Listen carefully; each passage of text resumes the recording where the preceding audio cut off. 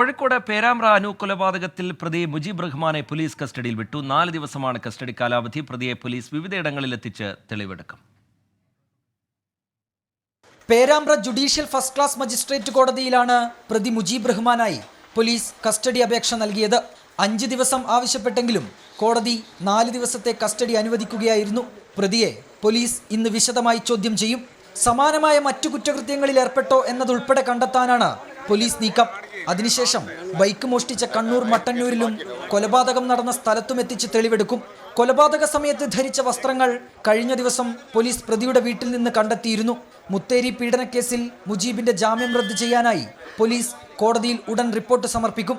24 Kozhikode.